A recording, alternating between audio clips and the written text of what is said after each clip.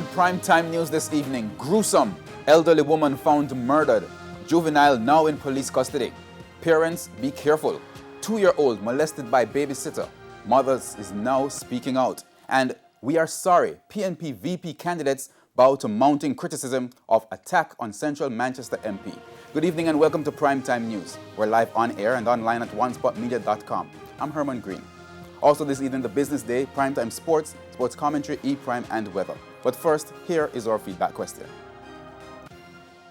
This evening we're asking, on the eve of the start of the track and field action at the Tokyo 2020 Olympics, what are your medal predictions for Jamaica? Share your comments online, facebook.com/televisionjamaica and tweet at televisionjam. Please stay tuned. Primetime News returns right after this break.